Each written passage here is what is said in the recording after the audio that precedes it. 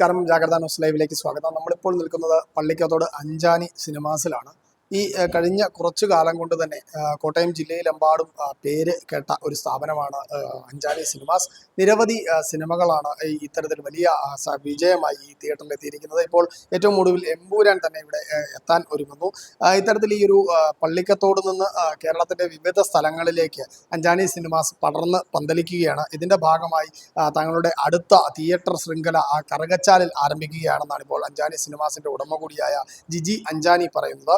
ഏതായാലും ഇദ്ദേഹത്തിൻ്റെ ഭാവി പരിപാടികൾ എന്തൊക്കെയാണ്, തിയേറ്റർ ശൃംഖലയിൽ വിപുലമായ പദ്ധതികൾ എങ്ങനെയാണ് ആവിഷ്കരിക്കുന്നത് എന്നടക്കമുള്ള കാര്യങ്ങൾ ജിജി അഞ്ചാനി ഇപ്പോൾ നമ്മളോട് പങ്കുവെക്കും. ഇപ്പം നിലവിലിപ്പോൾ നമ്മൾ ഈ പള്ളിക്കത്തോടൊരു തിയേറ്ററുണ്ട്. അപ്പം നമ്മൾ പുതുതായിട്ട് എന്തെങ്കിലും ഈ മേഖലകളിൽ, സിനിമാ മേഖലകളിലേക്ക് തിയേറ്ററുകൾ അടക്കമുള്ള ശൃംഖലകൾ ഒക്കെ കൂടുതൽ ഇപ്പോൾ ഇത്തരം ഒരു ആവേശം, ഈ എമ്പുരാൻ അടക്കമുള്ള സിനിമകളുടെ ആവേശത്തിൻ്റെ പുറത്ത് കൂടുതൽ ഇൻവെസ്റ്റ് ചെയ്യുന്നതിനെ കുറിച്ച് ആലോചിക്കുന്നുണ്ട്?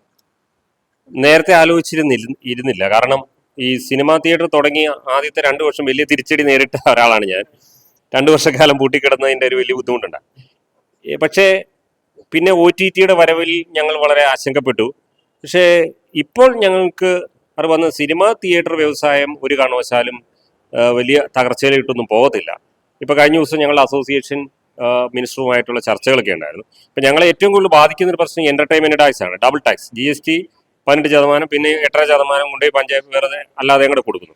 അപ്പം അതിനകത്തൊരു തീരുമാനം മിനിസ്റ്റർ ഉണ്ടാക്കി തരാം എന്നുള്ള ലെവലിൽ പറഞ്ഞുകൊണ്ട് തന്നെ ഞങ്ങൾക്കൊരു പ്രതീക്ഷയുണ്ട്. നമ്മളെ ഉറപ്പായിട്ട് ഈ വ്യവസായത്തെ കുറച്ചുകൂടെ എക്സ്പാൻഡ് ചെയ്യാനായിട്ട് ആഗ്രഹിക്കുന്നുണ്ട്.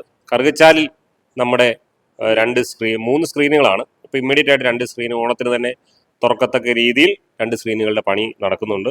പിന്നെ വേറൊരു സ്ഥലത്തും പണി, അത് ഞാൻ പുറത്തു വിട്ടിട്ടില്ല, വേറൊരു ലൊക്കേഷനിലും തിയേറ്ററിൻ്റെ പണി ഉടനെ ആരംഭിക്കും.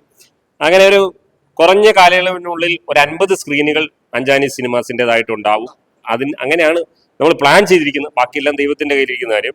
കൂടാതെ നമ്മുടെ ലോഗോ ഒക്കെ പുതിയതായിട്ട് ഇതൊരു പ്രൈവറ്റ് ലിമിറ്റഡ് കമ്പനിയാക്കി രജിസ്റ്റർ ചെയ്ത് ഇതിൻ്റെ കീഴിൽ ഒരു 50ഓളം സ്ക്രീനുകൾ കേരളത്തിലുടനീളം ഉണ്ടാവും.